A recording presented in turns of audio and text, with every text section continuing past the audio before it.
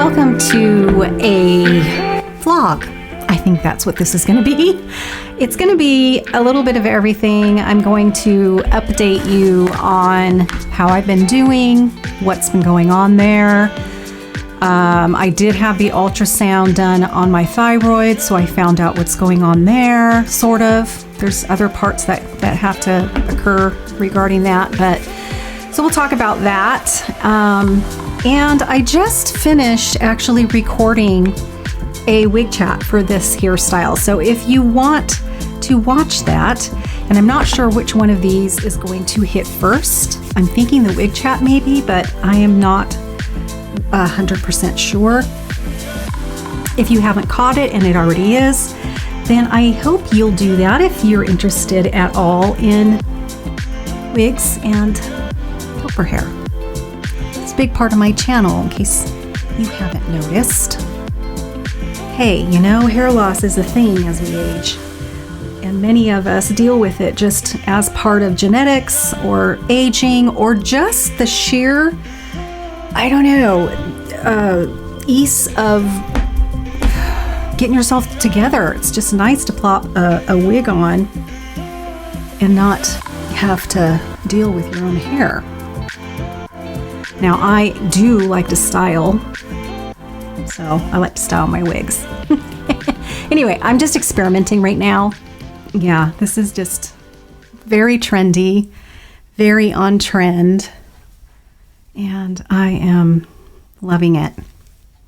Got that shattered kind of effortlessly, you know, kind of messy thing going on. Yeah. Okay, enough of that, Jill.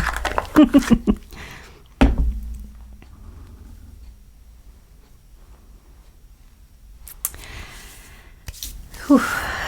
It's getting hot in here. All right. Well,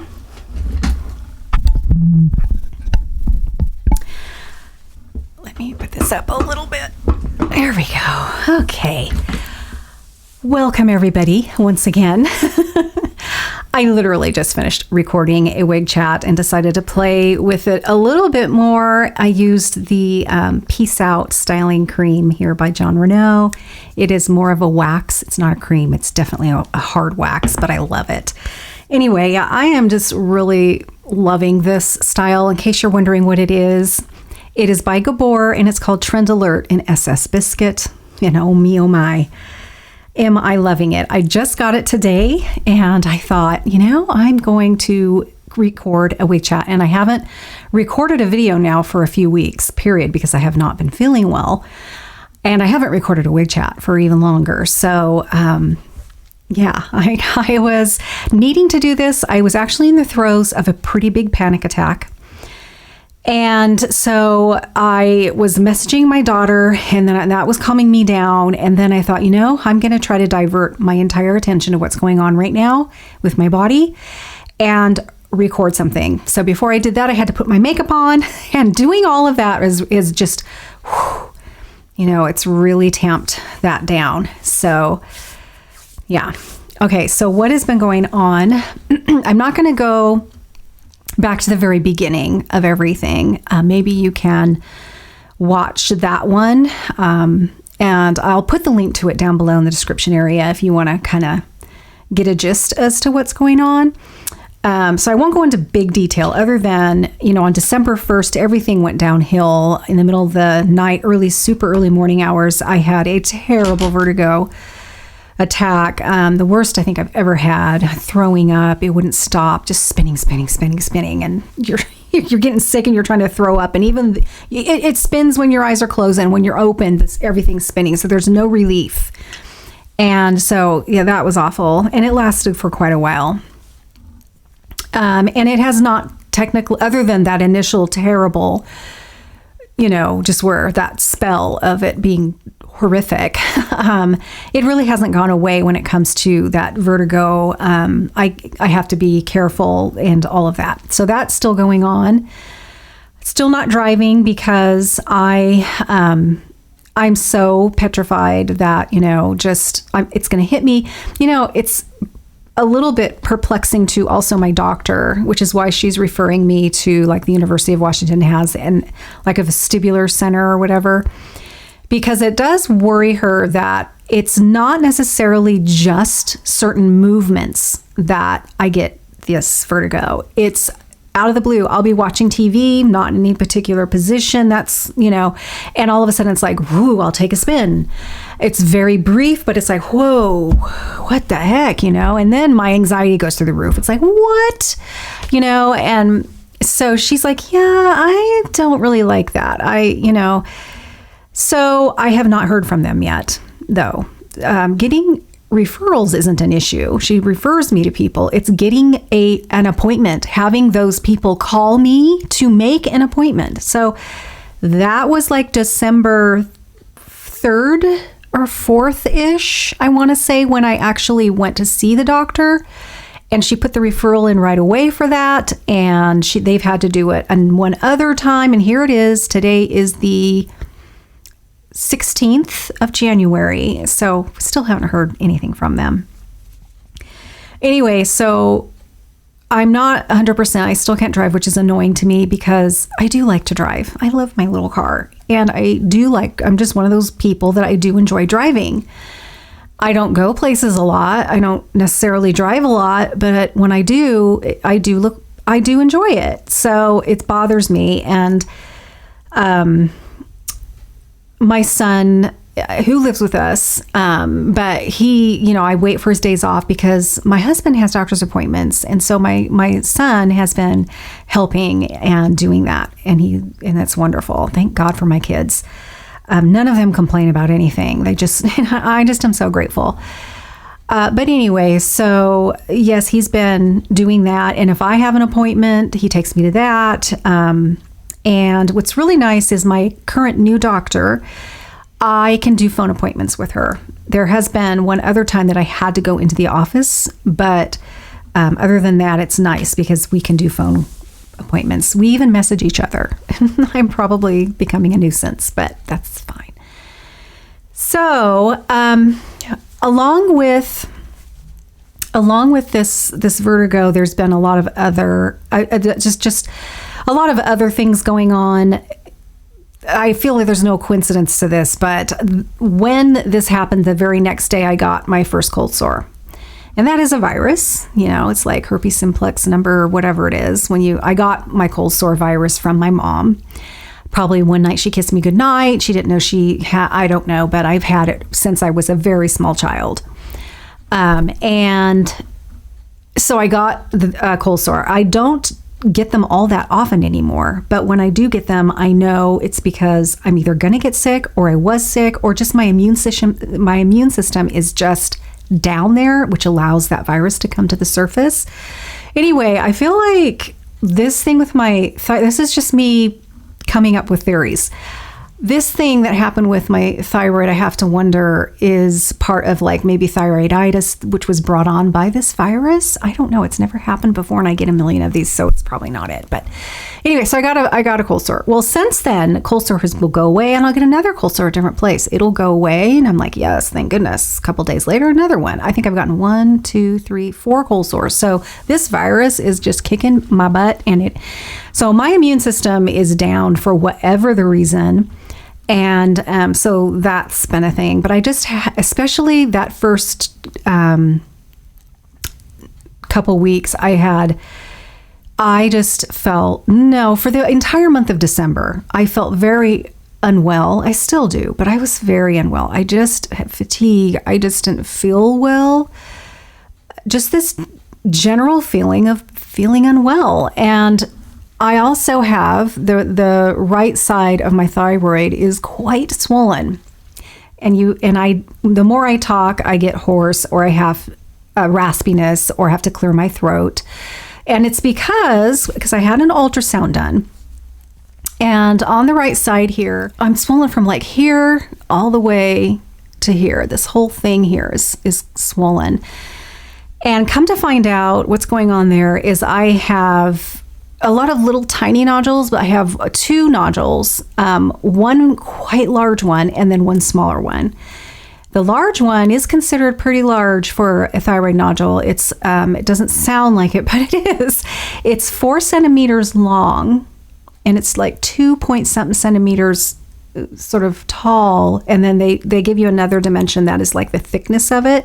So it's like skinny and long, but that's what is just really swollen right through here, and it's causing my throat to kind of get sore, and it even kind of up into my ear, which this ear is my trouble ear. It's very sensitive to barometric pressures and stuff like that, which can bring on the vertigo, which is what initially I was thinking brought on this vertigo attack, which it very well could have been something as well as the barometric pressure change, because we were getting very, very cold weather and stuff like that. Because then what happens is the radiologist takes all of the information that they need, and then it's on a point system when they are sort of looking through the actual they have the doctor that looks over these x-rays, and then it's on a point system, and they give points depending on size, shape, the perimeter, what it looks like on the inside. Is it solid? Is it more like a cyst? The edges, is it tall, longer, or wider than tall, and yada, yada. So the point system goes from 0 to 5. 0 is nothing there. And then it slowly goes up based on some of these criterias. And so both of the little one, which wasn't even 1 centimeter, it was like almost 1 centimeter by something, but it's much, much smaller. Both of them ended up being 4. So 5 is very likely that it could be cancerous, but they still have to do other things. But it's really a gauge to see, should they go one step further? So it's not saying it's very likely that you have cancer. It's just saying it's very likely that we should go to the next step. That's kind of how you're supposed to look at it. So both of them were 4s, because both of them were a little solid. The bigger one had some solid areas and not so solid areas. But because of the size, that also adds a point, even though, which is comforting to know, is if they're larger, it doesn't mean that there's more of a chance that they're cancer. The size has nothing to do with that. So that's good. It's just when they get bigger, they interfere with your vocal cords. They could even make it feel like, or cause a problem with breathing or swallowing. And thank goodness I don't seem to have a problem with either one of those things. I just get tired, my voice gets tired, and then it interferes with that stuff. So anyway, so the next step is I need to get the bigger one biopsy. So I'm going to get a fine needle sort of biopsy taken out to check this larger one. And then it'll go to the lab, and then it'll get checked, and then we will know if it is malignant, benign, and so forth. Most of the time, they are benign, and they are not cancerous. Most nodules aren't cancerous, so that's good. And the good parts about mine are the edges aren't that sort of, I forget the term for it, but if the edges aren't smooth, and there's a name for it also, a technical name, then that's not good. But mine are looking good. So there's nothing, I didn't get points for, thank goodness, extra point for whatever, for the edges. They looked good. The other thing is, even though this lymph node did swell and get larger, it went away by the time I had the ultrasound. So I think this kind of swelled up because maybe of my virus with the cold sores and all of that. It has kind of gone up a little bit, but it'll go down. So the fact that I didn't have any sort of lymph nodes that were swollen is also a good sign. Yay, you got to focus on those. So anyway, now it's been a while, and she put the referral in for the endocrinologist to do this fine needle aspiration or whatever it's called, biopsy. So I haven't heard anything yet. So I reached out to my doctor. I messaged her and asked her a couple things, but one of them is like, should I call them? Like, and she goes, well, sure, you can do that. And she goes, in the meantime, I will also follow up on the referral, make sure they got it, and yada, yada. So tomorrow I'm going to call the endocrinologist she referred me to and get an appointment, because I know it's going to be a while. I'm going to have a consultation. They're not going to just like schedule the biopsy. So there's going to be quite a time that goes by. It could even take up to a month or more to even get in to see him. It may be 2 months down the way before I actually get the, biopsy done on this. So yes, it is a little bit of a mind play. She told me do not panic, and I'm not. But I do just want to get this over with. I just want to know. You know how that is. I mean, no, I'm not panicking at all, but I still just want to know. And the other thing is that I really don't want to have surgery. So even if it's not cancerous, which I'm assuming it's not, I'm pretty sure it's not. It's so large. This one is so large that it's a matter of, well, does it bug you? Maybe they have criteria where they will say, I really think we should get rid of this. I just don't want to have surgery. I don't want to have surgery. I don't want to have part of my thyroid removed. This one is so big. I'm assuming that it would be like, if they end up needing to take it out, I'm assuming this side will be okay to keep, and then they'll just remove this side of my thyroid. And then, I won't have to have, hopefully, any sort of like thyroid medicine, because this generally, your other side will take double duty and be okay with that. So something else that's been going on is my anxiety has increased tremendously. The other thing that's been going on, along with the heightened anxiety, because I have anxiety anyway, but it's been really heightened, is I have had terrible trembling, really bad trembling. And just at rest, I tremble, which I do a little bit anyway, but this has gotten really bad. And there are certain times it kind of waxes and wanes, but there's times when I'm shaking so bad, I drop things. I am just a mess, man. I am just trembling like crazy. I can barely get like a water thing to my, it's gotten really bad, and my heart feels pounding. And I know that's all part of a panic attack, but it's kind of constant. And, everything will get worse if I start panicking about everything. But yeah, so my blood pressure has been a little high, quite high, pretty high, like 140/80, which is pretty high for me. Even with my blood pressure medicine, which is not normal. Anxiety, fluttery, just pounding heart.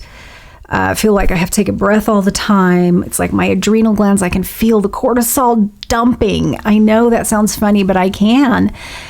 And that's a horrible feeling. Oh, that's an awful feeling. And it just, you just got to rub it right here. And so anyway, my daughter, who's a PA, thinks I should get my thyroid panel rechecked. Because when we did check my TSH and T4, it was when I went in on the third one, all of this first was starting, and it came back normal. It came out really good. So it's like, well, that's good. But my daughter has a suspicion that I need to recheck those things, because this thyroid nodule thing could be releasing a thyroid hormone, and causing me now to go hyperthyroid. And sometimes it takes a few weeks for that to show up on a blood test. So she thinks that's maybe what's going on, and I should reach out to my doctor and ask if perhaps I should recheck those. So I did yesterday, and this morning my doctor said, sure, we will. Let's do that. So tomorrow I'm going to go to the lab and get some blood drawn so I can check that. I will be surprised, because I can have a lot of thyroid symptoms. I mean, throughout the years, I think I've had so many, like, you would swear I was hypothyroid, but my labs generally come out pretty fine, always have. So I'll be really surprised if I show hyperthyroid. I don't know. So this could be just my anxiety going through the roof. It might not have anything to do with being hyperthyroid, but I would like to find out. She put me on Lexapro, if you recall, and I feel like my anxiety started getting worse, and I thought it was the Lexapro, and it could very well have been, although I've been off Lexapro now for 8 days completely. We kind of weaned off it because I just felt like I wasn't feeling well on it. I felt my anxiety was worse. I felt the pounding heart. I just felt nervous, and it felt like it was just continuously getting a little worse as we went up. So she said, yeah, let's back down and get off of that and try something else. So I've been off it completely for about 8 days, 7 or 8 days now. And I feel like, I don't know, I was feeling like maybe it was getting better, but today all of this stuff happened again, and I still have the trembling even before today got worse. And I just feel just nervous and just very, I have insomnia. I can't sleep. I don't know. So I'll let you know how that goes. I'll keep you updated on when this thing is going to be ever taken care of, and I'll let you know how that comes out.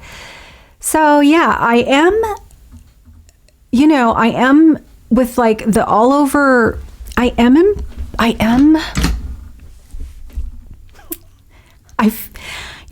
think what's going on here is I am just resigning to this, and I am just trying to deal with it and trying to get things through the day done and just dealing with it. So I think a lot of it is that, and I feel like I am, better than I was.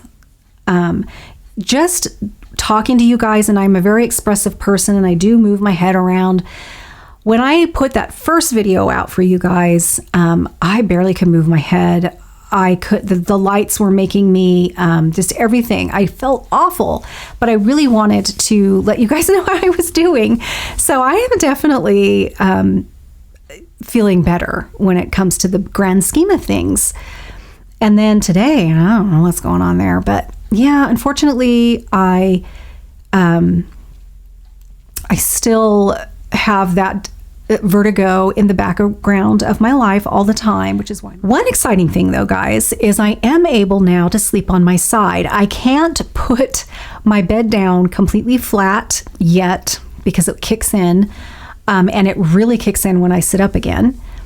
But I can have it down enough to where I can lay semi-comfortably on my side. My hip will kill me after a while, so I will have to sit completely up and then turn and then slowly go down to my right side.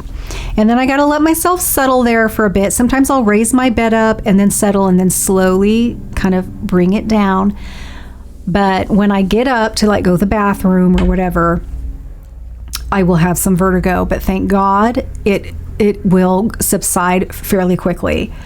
It doesn't stick around long enough to where I start getting sick, but it will take a bit. And I try not to panic, and I try to keep the anxiety down because that just makes it worse.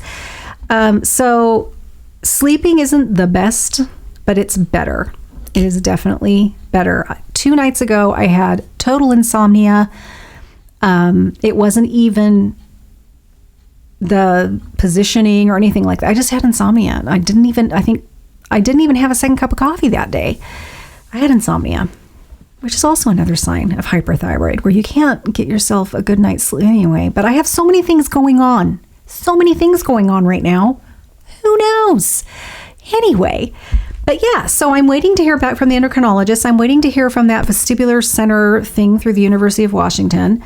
And I haven't heard from either one of them yet. I guess I'm going to have to be proactive and start reaching out to them myself. However, I don't think I can do that with a vestibular center. I think you have to wait for them to call you. But I will be calling the endocrinologist tomorrow. So, guys, that's what's going on. I think you can tell, though, just by my very self, that I am feeling better. I am. I want to thank you once again, those of you that have checked in, that have left me, comments and poured out positive vibes, prayers, and what have you, hoping that I get better soon. And I want to thank you all so very much. I do read them. I just haven't been feeling, well enough to just respond like I normally would to each and every one of you. But in segments, through the day, I do check in and I read your guys' comments. And occasionally, I do respond. But so as I feel better, I'm going to get back to that and, definitely respond and do what I really enjoy doing, which is connecting with you guys in that way. So thank you. Thank you so much. I can't tell you how much I appreciate it, truly. I feel like I am forgetting to tell you guys something because I was going to give you an update on how I'm doing, but I was also going to share something else with you guys. What was it? So really doing this has proved to me that I can handle the lights. I can do this. I can, not worry about moving around and then feeling really icky. So I'm going to get back to giving you guys a video a week, hopefully, from now on. Yay. And then the other thing I did is I reached out to Wigs by Patty's Pearls because I kind of put that on hold. And I didn't have any wig reviews in December just because, I felt like crud. So I reached out and said, okay, I need to get going again on this. So I have 2 brand new styles that are actually new. And this is one of them that I'm going to be getting out to you. But I have a second one that I still am going to do a wig chat for you guys. That's going to be hitting my channel very soon as well. So we're going to get back on track. Thank you for your patience. I cannot tell you how much I appreciate you guys for so many reasons.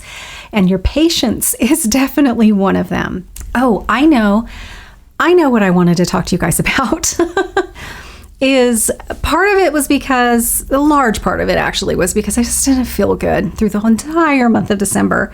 So I've been doing keto. This is actually the 4th year of me doing keto. And last year I added fruit. So I really maintained, didn't really lose weight, maybe 1 or 2 pounds in the 9 months. How you kind of go like this. But just sort of maintained because I did, partake in a lot of fruit. I do like fruit.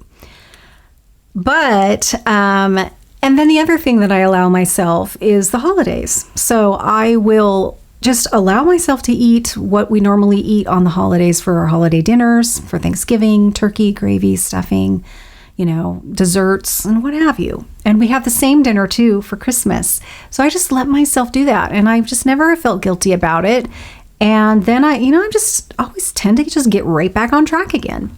Well, I did that pretty much after Thanksgiving. So yeah, I just kind of pretty much almost entirely, not entirely, but I would count it as saying I fell off the wagon pretty much for the entire month of December. I mean, not a bunch, but for me, definitely, because I am really pretty, other than the fruit, I'm pretty staunch with it, because I don't have a problem with it. It's just super easy for me to do. I don't feel like I'm missing out on anything and whatnot. Well, yeah, I just kind of went off the deep end there toward the mid and toward the end of December for sure. I just felt lousy, honestly, guys. So when January hit, I'm like, okay, I got to get back on whatever. I don't let it bother me too much. Honestly, I don't let it bother me. So I'm like, okay, Jill, let's get ourselves back on track. I feel better when I cut that crap out. So I am doing kind of like a keto reboot for myself and bought myself, a brand new keto. It's a Keto Mojo. They have the best meters to prick your finger, you check your glucose and your ketone levels with the same meter, 2 different strips. And they have a new model now. So I thought, okay, I'm going to go ahead and order that. And so I'm testing my ketones. I really recommend doing that in the beginning. And I'm treating this like I'm beginning over again. So I'm testing that and making sure that things are going along as they should, and cut out the fruit entirely, and just, getting back to my keto basics. Your fuel becomes ketones from fat, which is much more efficient than burning carbs for fuel, for energy. And I feel so much better when my energy comes from ketones rather than carbs. It's more sustainable. You can go hours without eating and you don't have any hyperglycemic or hypoglycemic symptoms at all. You feel fine, and you just, when you're hungry, you eat. But snacking, what happens is when you're fasting, which I tend to fast every day for about 5 hours, maybe 6, from after I have my morning butter coffee, or I'll have collagen coffee without the butter, but I'll put MCT oil in it or whatever. After I have that, I tend, without even thinking about it, to not eat anything until about 1 or 2 o'clock in the afternoon. And then I'll eat a pretty big meal because I'm starving, and I wait until I'm really hungry. It's just like out of the blue, I'm like, wow, I'm really hungry. Okay, then I'll eat. But once you're in ketosis, because it can take a little while to get into ketosis, but once you are, then that span of time when you're not eating anything, you can drink water and all of that, but is when you're now burning your own fat for fuel, the ketones. As soon as you eat, they drop down and stop. So that's why you want to not snack in between, because then you're just sort of like halting that process. And if you need to lose weight, you don't want to do that. You want to burn your fat. You don't want to burn your muscle. And that's why it is so efficient. Anyway, it's a little crash course for you. I'm just doing that, and I'm getting better with prepping food. I don't sit there and prep like a week. I don't even sit there and prep for the day, to be honest. I can't stand that long without my back killing me.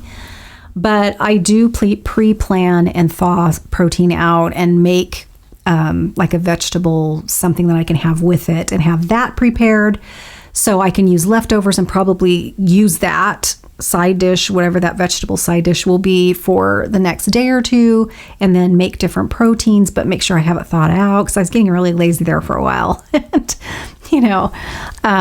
So I'm getting better at that now that I'm feeling a little better, because that was a large part of it too, is I felt so awful. Honestly, I couldn't hardly do anything. Just trying to get something out of the freezer would send me into vertigo, because I'd have to like squat down. Such a pain in the rear. Anyway, so yeah, I'm as of, I think, January 1st, actually. Was it the 1st of January? Or very close? Whatever that Monday is, that first Monday in January, is when I decided to do my keto refresh, keto reboot, and get myself back into the groove, because I really do feel good eating that way. Cutting out the sugar and the grains and eating good. You can eat low carb and eat crap. So I really stick to clean eating. My focus is to really sort of tamp down the inflammation in my body by getting rid of the inflammatory foods like the sugars and the grains and the processed foods and, all the junk and all of that. So, but I was looking at my sort of what I weigh as time went on, and the lowest I got was 132. And I thought, did I feel good there? And it's like, yeah, I did. I did feel good. So my goal is to get down to like 130, and I'll hang out there for a while and see how I feel. And then, maybe I'll see what I feel like in the upper 120s, maybe 125, 130, and see how I feel there. And if I'm not feeling so good there, or I don't look so good there, then, 130, 132 might be where I feel the best and look the best. Because, when we get older and we start losing fat, it's hard for us to put on muscle. So we tend to look really flabby and sort of deflated, if you know what I mean. So once I start feeling better from all this stuff going on, I do want to get on my really nice elliptical machine that's in my bedroom. I want to start doing that again. It helps to tone my butt and my legs, and then just do some good stretching, keep myself as limber as I can, and eat. I do eat plenty of protein. And when you're over 50, you really need to now you really need to eat a ton of protein. Just because we tend to lose that muscle mass and it's very hard for us to get it back on. So we do need to eat more protein than our younger, peoples. So, my goal eventually is to, lose my fat, but I also want to tone my muscles as well. Not have that flabby butt and that flabby, the other stuff's going to need surgery. Lift the boobs, I found this plastic surgeon that's in Bellevue, and he came out with his own technique. He's the one who made it, and it's for breast reduction. And if you're a good candidate, he actually just uses your own tissue and whatnot to give you more of a fullness just from your own breast. You don't have to have any sort of anything, any augmentation, like an implant is what I'm trying to say. You don't have to have an implant to fill you out a little bit. I don't want to be big by any means, but I would love to just have it lifted. But then I've seen what that looks like, and it's like you still look, it's like you still look deflated and you don't have any body right in here. And so I saw his befores and afters with this procedure, and you have to be a good candidate for it. So you have to have enough tissue and volume, no matter if it's way down here or not, to be able to utilize for this procedure. I am so intrigued by that. That is what I would want to do. I would hands down very much like to do that. You don't have to worry about implants or anything like that. Honestly, I don't think I would do the implant thing. I would just look very small and flat, but I would be perky. Or would I? I don't know. Anyway, so I found this guy like a year ago. I'm always fantasizing about getting a tummy tuck and a boob lift. And then, I don't know exactly when I'm supposed to fit that in my life. I have no idea, but that is a goal of mine. I've even looked into, when are you too old to get your procedures, your boob lifts and your tummy tuck? And the answer ends up being, there's not an age where you're too old. You just have to be healthy. You have to be able to withstand the recovery process and the actual process of the anesthesia and the procedure itself, the actual surgery. So there are women that can get this done well into their, much older age. So that's promising, because right now I probably can't say I'm a fairly healthy person. But in general, I want to say I could be in that criteria. Okay, that's what I wanted to update you guys on as well. So I'll keep you posted on my keto journey for 2023. By the way, are you at all interested in that at all? I have a couple videos here on this channel relating to my keto journey. And then I actually created a separate channel for my keto journey, and I could not keep that up. I could not devote myself to two channels because this channel is everything to me, and it was hard for me to do that. So I stopped altogether, and I stopped making any keto related videos to this channel as well. But are you interested in that at all? Are you interested in like the kind of foods I eat and my journey with that at all? Let me know. If you're watching this, that means I need to listen to you, because you're one of those diehard people that absolutely will watch my videos to the very end. And I appreciate you so much. Let me know what you think about that. All right, I am going to say goodbye for this one, and always appreciate the time you spend with me. Thank you for clicking on the thumbnail, checking in. Please sound off down below. Give me a comment. Let me know you're there. It is something I absolutely enjoy doing, is popping down there, reading your comments, and I will try very hard to let you know that I did read your comment. All right, guys, I will see you in the next one. Bye-bye.